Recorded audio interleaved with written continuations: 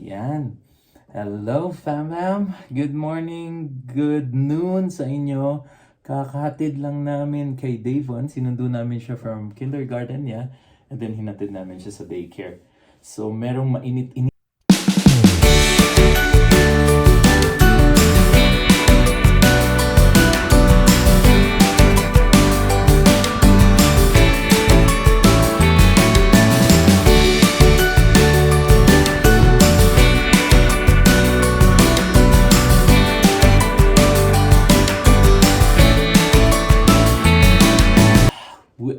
Which is untitled from the Canada.ca website is More Money in Your Pocket, a tax break for all Canadians. So I guess this also applies to permanent residents and even residents here with valid stay or valid visas. So basically, ang sinasabi lang dito ay magkakaroon ng tax break for the GST and or harmonized sales tax or HST. So, familiar kayo sa Pilipinas kung meron tayong value-added tax. So, parang yun yung equivalent niya sa Canada, which is the GST, Goods and Services Tax. So, yun yung mga dinadagdag mong tax pag bumibili ka ng the usual goods, grocery, gasolina, drinks, snacks. I think kahit nasaan, kahit more or less halos lahat ng bibilhin mo is merong VAT. Ganun din sa Canada, merong GST. So meron usually dalawang tax per province or sa Canada. GST, which is the government goods and services tax, which is on the federal, and then meron din PST, which is provincial services tax, which is per province yan, like British Columbia, Alberta, Ontario, Saskatchewan. So, for example, sa Vancouver, pag bibili ka ng bahay, bibili ka ng grocery, the usual mga bilihin, ang GST ay 5% and ang PST ng British Columbia ay 7%, so total of 12%. So, kunyari, bibili ka ng bahay na 100,000, madadagdagan yan ng 12,000 dahil sa tax na kailangan mong bayaran. So example lang yan. So yeah, we'll do the math later, but more or less ganon. Sa Alberta naman ay 5% lang kasi walang provincial services tax dito sa Alberta. So GST lang ang meron. Bagong balita ay tax break para dun sa GST. So, kung kailan daw to magsa-start? So, magsa-start daw to sa December 14 hanggang February 15, 2025. So, parang Christmas regalo to or winter gift. Ayan, holiday gift na tinatawag nila. So, ano ang mga goods na mag-a-apply dito? Holiday essentials, mga groceries, mga meals, restaurant meals, drinks, snacks, children's clothing, and mga regalo. So, ayan. Tapos, ano daw ang GST? Gano daw more or less kalaki? So, pag bibili ka worth $2,000 na mga goods, more or less makakasave ka daw ng 100. So, over the 2-month period. So, sure. Okay. Siyempre, tatanggapin natin yan. Kasi, in a sense, blessing din yan. And, makakatulong din yung $100. Part din yan ng magiging utility bills. Pambayad din yan ng utility bills. Meron mga provinces na may HST or kung saan HST ang nag-a-apply. Mga Ontario, Newfoundland and Labrador, Nova Scotia. So, estimate ng government ay around 260 daw yun na 260 Canadian dollars daw ang masasave nila for over a 2-month period. And then, hindi lang yan. Meron pa. Kaya lang, I think, ina-update pa nila yung system. Wala pa nung implementation details dito and the guideline. But more or less, magbibigay din ang Canada ng Ang tinatawag nila ay Working Canadians Rebates. So magpapamudmud sila ulit ng pera na nagkakahalaga ng $250. So mag-a-arrive daw to around, or matatanggap daw tong cheque or direct deposit around early spring daw of 2025. So siguro mga around March, April or May. Kasi yun yung parang spring dito sa Canada. And then ano ang qualification nito para makatanggap ka? So syempre number 1, tiga dito ka sa Canada. Number 2, ang earning mo ay $150,000 or less. I think family income to, not individual. So for example, ang family nyo ay nag-i-income ng 100,000 ang asawa, ang husband, and then 60,000 ang wife, so 160,000 yon, hindi yun makakatanggap. So, kailangan 150,000 or less ang totals para makatanggap nitong checking to. And with my past experience sa mga ganitong rebates, usually isa lang to, hindi like meron sa daddy, meron din sa mommy. Usually per family yan siya, as calculated. So, yeah. Of course, good news to sa maraming kababayan natin, pati mga Canadians and mga residents dito sa Canada. Masayang balita na to. Although syempre lagi kang skeptical na, alam mo yun, baka double purpose yung pagpapamudmud nila ng mga in a sense regalo or mga rebates. Kasi next year, if I'm not mistaken, early quarter of next year, mag-e-election na. So, ito yung mga times or critical times na hindi mo alam kung para ba sa bayan or para sa ambisyon sa politika. So, syempre yun naman yung mga iniisip ng iba. Pero for us na namumuhay ng normal at simple dito sa Canada, pag may biyaya, tatanggapin at magpapasalamat tayo. At malayo na rin ang mga mararating ng mga yan kasi makakabili tayo ng pagkain or papambayad natin sa mga utilities natin yan sa pang-araw-araw.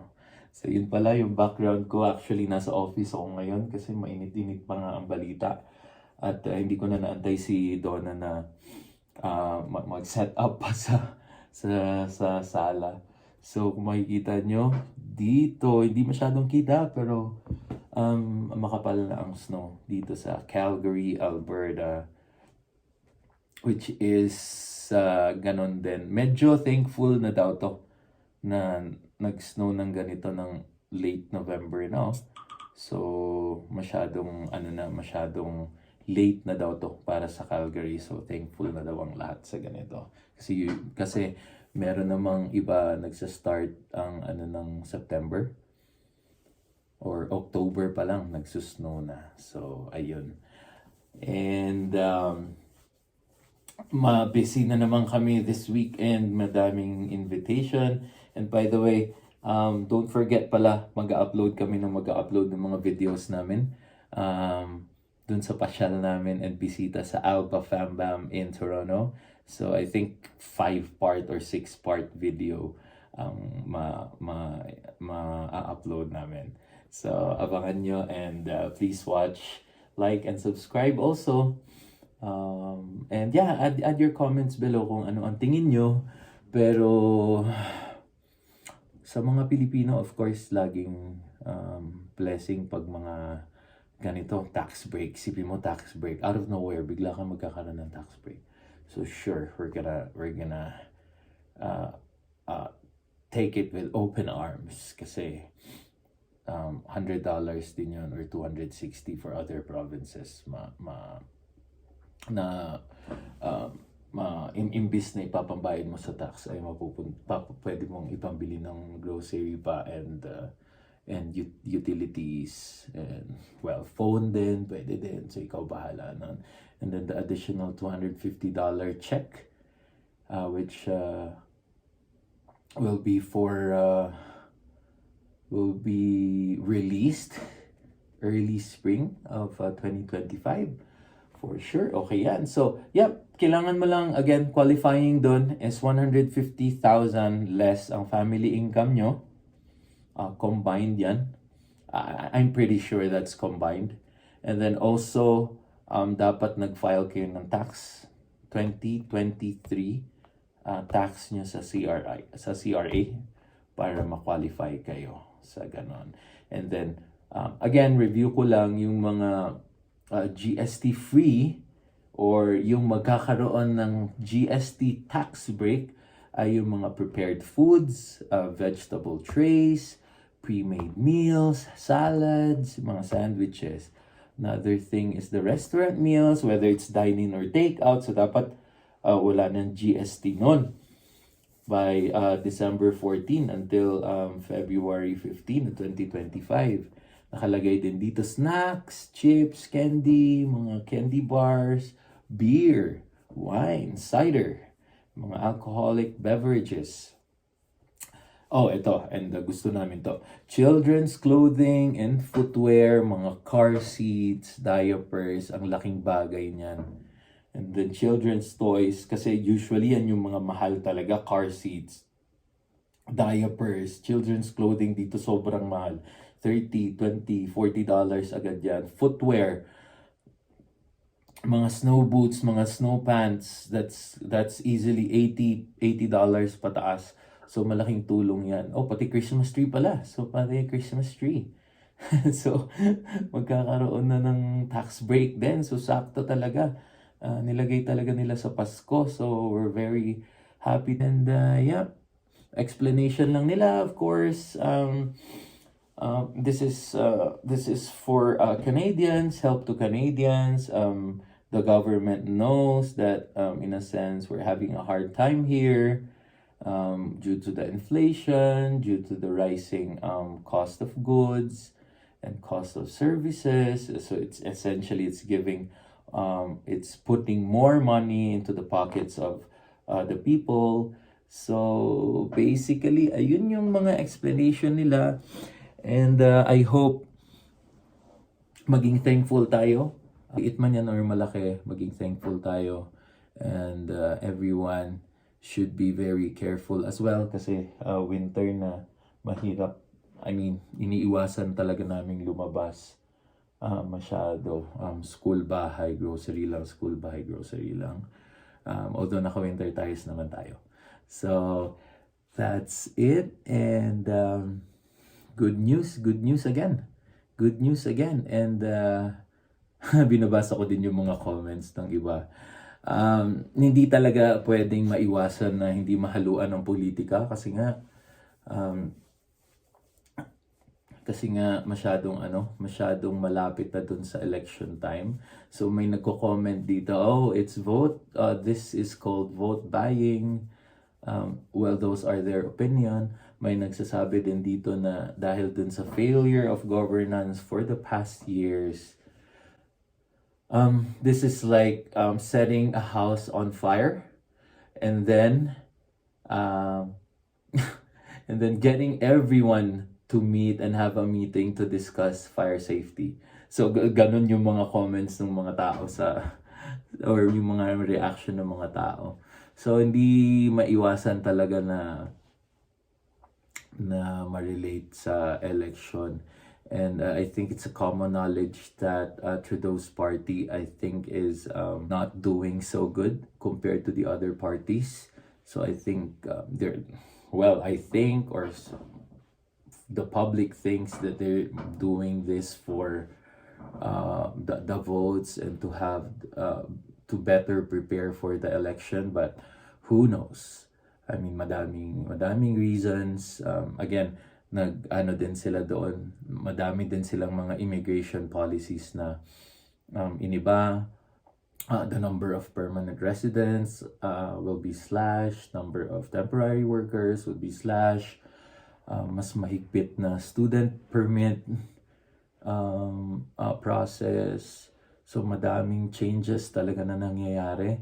So it's leading towards the election. So hindi mo talaga maiwasan, and not everyone here in Canada, I think mostly pag skeptical ka sa government and you're alam mo yun, sinusundan mo talaga yung politics. I don't think na hindi mo talaga maiisip na part to ng, alam mo yun, way nila getting the people back on their fence, ika nga. So that's the update for today, at sana nakatulong sa inyo. Na-explain ko lahat ng kung ano yung nandito ngayon, but I think this is still a developing policy, pati yung mga implementation details hindi pa nalalagay. So I hope may update nila to in the coming days, kasi next week ay December na, and that so that maiwasan yung mga complications, confusions dun sa mga establishments na bibilhan, pati dun sa mga tao na bibili din. So that's it, Alba Fam.